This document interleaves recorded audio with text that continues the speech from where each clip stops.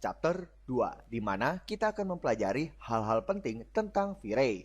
Dan pada lesson 6 ini, kita akan membahas tentang V-Ray Frame Buffer. Ada beberapa fitur yang menarik di V-Ray Frame Buffer.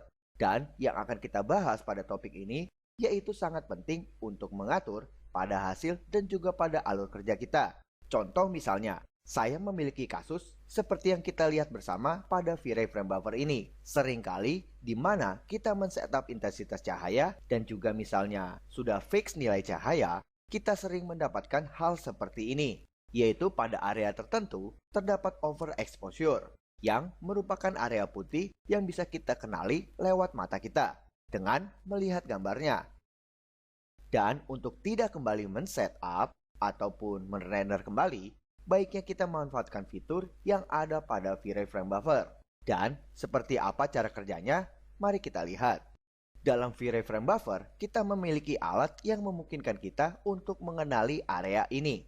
Kamu cukup menonaktifkan atau klik pada icon Force Color Clipping ini. Dengan begitu, kita akan melihat warna blue, di mana area tersebut terdapat overexposure. Dan kita juga bisa menampilkan single area tersebut untuk dipisahkan dengan area yang tidak kena overexposure. Klik dan tahan, dan pilih View Clamped Color. Dengan ini, area overexposure saja yang ditampilkan, dan dengan latar belakang abu-abu.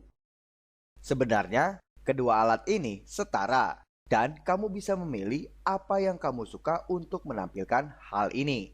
Jadi, dengan V-Ray Frame Buffer, kita bisa memperbaiki kesalahan kita, maupun saat di rendering, bahkan setelah di rendering. Kita aktifkan panel untuk mengkoreksi, dan gunakan beberapa fitur koreksi ini untuk mengclearkan masalah ini. Sampel di sini, saya memakai exposure dan menekan cahayanya di angka 0,50 min. Saya set kembali. Kita slider ke kiri untuk menekan cahayanya. Dan pada kontras, di sini saya set 0,05 dan ini hasilnya. Seperti yang kita lihat, permasalahan saya sudah clear. Jadi lebih baik dan tidak terlalu mensilaukan. Dan Anda juga bisa menggunakan fitur lainnya seperti white balance, hue, maupun dengan kurve. Dan hal ini sama seperti di Photoshop yang bisa kita gunakan untuk mensempurnakan gambar. White balance, di sini saya set 5500. Dan pada hue, saya beri tekanan pada saturation 0,25. Selanjutnya pada kurve. Oke, dan ini hasilnya. Mari kita compare.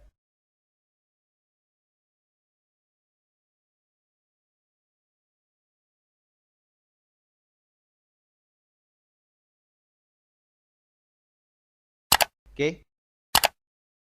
Dan berikut informasi fungsi dari masing-masing fitur yang tersedia dari V-Ray Frame Buffer.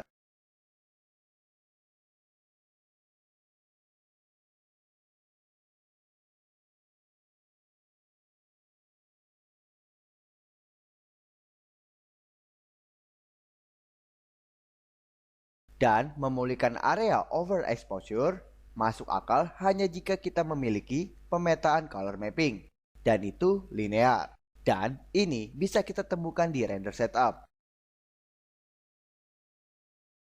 di V-Ray color mapping, dan pada tipe linear multiply.